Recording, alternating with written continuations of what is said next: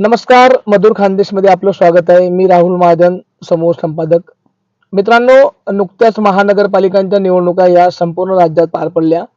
यामध्ये प्रत्येक पक्षाने आपापल्या पद्धतीने शक्ती प्रदर्शन करत मतदारांची मते घेण्याचा प्रयत्न केला. परंतु यामध्ये निवडणूक प्रक्रिया पार पडली. त्याचबरोबर त्यानंतर लगेच दुसऱ्या दिवशीचा निकाल लागला आणि या निकालामध्ये भारतीय जनता पार्टी हा महाराष्ट्र राज्यातील सगळ्यात मोठा पक्ष ठरलेला आहे. निवडणुकांमध्ये भारतीय जनता पार्टी, त्याचबरोबर शिवसेना शिंदे गट, तसेच राष्ट्रवादी अजित पवार गट यांनी काही ठिकाणी एकत्र निवडणूक लढवल्या होत्या आणि काही ठिकाणी यांनी मैत्रीपूर्ण लढत ठेवल्या होत्या. यामध्ये विशेष करून ज्या ठिकाणी वेळोवेळी बोललं जात होतं की मुंबईमध्ये ठाकरेंशिवाय पर्याय नाही, मुंबईमध्ये ठाकरेच पाहिजे, मराठी मतदारांचा मुद्दा होता. मराठी मतदारांना या ठिकाणी मतदारांकडून या ठिकाणी वेळोवेळी बोललं जात होतं.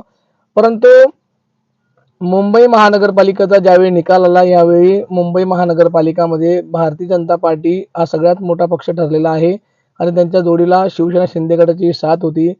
बहुमतासाठी म्हणजे जवळपास 227 नगरसेवक या महानगरपालिकेत होते. यामध्ये 114चं बहुमत लागणार होतं. 114 नगरसेवक ज्या पार्टीकडे असतील, पक्षाकडे असतील, ते सत्ता स्थापन करतील. परंतु या ठिकाणी दोघी मिळून जर आपण बघितलं तर 118 नगरसेवक हे शिवसेना शिंदे आणि भारतीय जनता पार्टीच्या माध्यमातून या ठिकाणी निवडून आलेले आहेत. आणि मुंबई महानगरपालिका म्हणजे भारतात नव्हे तर आशिया खंडातली सगळ्यात मोठी अर्थव्यवस्था असणारी ही महानगरपालिका आहे. आणि या महानगरपालिकेमध्ये जसं आपण जर बघितलं तर महाराष्ट्र राज्याचं जेवढं आपलं आर्थिक बजेट असतं त्याचप्रमाणे हे मुंबई महानगरपालिकेचं बजेट असतं. आणि या ठिकाणी मागील 3 दशकांपासून ही शिवसेना ठाकरेंचं वर्चस्व होतं आणि त्यांची या ठिकाणी सत्ता होती. परंतु ती सत्ता आता भारतीय जनता पार्टीने आणि शिवसेना शिंदे गटाने उलथवून लावली आहे आणि या ठिकाणी पहिल्यांदा ठाकरेंना सोडून भारतीय जनता पार्टी पक्षाचा या ठिकाणी महापौर होणार आहे. तर मित्रांनो, या ठिकाणी आपण बऱ्याच प्रचाराचे व्हिडिओ बघितले असतील. त्या व्हिडिओमध्ये मुख्यमंत्री देवेंद्रजी फडणवीस यांनी वेळोवेळी सांगितलं होतं की ही निवडणूक इतिहास घडवणार आहे आणि तो इतिहास त्यांनी घडवून दाखवला आहे. आणि मुंबई महानगरपालिकामध्ये पहिल्यांदा भारतीय जनता पार्टीचा या ठिकाणी महापौर बसणार आहे आणि यानंतरचा सगळा कारभार हे भारतीय जनता पार्टी आणि शिवसेना शिंदे गटाच्या माध्यमातून होणार आहे.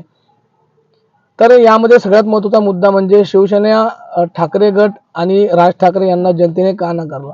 त्याचे अनेक कारण आहेत. अनेक अभ्यासकांकडून, राजकीय लोकांकडून, पत्रकारांकडून वेगवेगळे मुद्दे या ठिकाणी वर्तवण्यात येत आहेत. परंतु उद्धव ठाकरे आणि राज ठाकरे यांच्या युती करण्याला फार उशीर झाला, त्यामुळे जवळपास त्यांना यश मिळवता आलं नाही.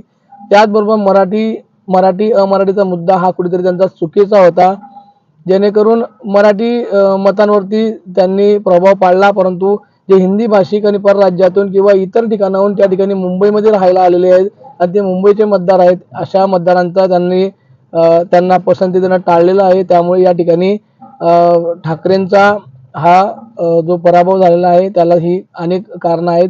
तसेच जर आपण बघितलं तर मुंबईमध्ये मागील 25 वर्षांपासून वाढती लोकसंख्या बघता, वाढतं डेव्हलपमेंट बघता, मुंबईमध्ये 25 वर्षापासून जी शिवसेनेची सरकार होती त्यांना अनेक काही गोष्टी करता येत होत्या, परंतु त्या गोष्टी जैसे त्याच राहिल्या.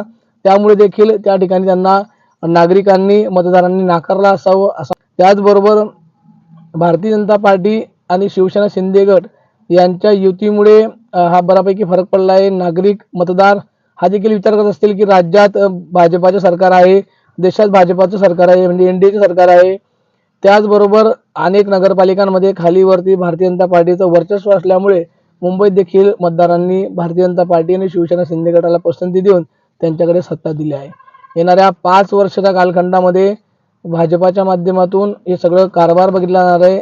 अजून किती डेव्हलपमेंट होतात, किती बदल या मुंबई महानगरपालिकेत होतील, याकडे सर्वांचे लक्ष याकडे लागून राहिले आहे. आपण नक्कीच पुढच्या व्हिडिओत भेटूया. तोपर्यंत जय हिंद, जय महाराष्ट्र. आपलाच राहुल माझा.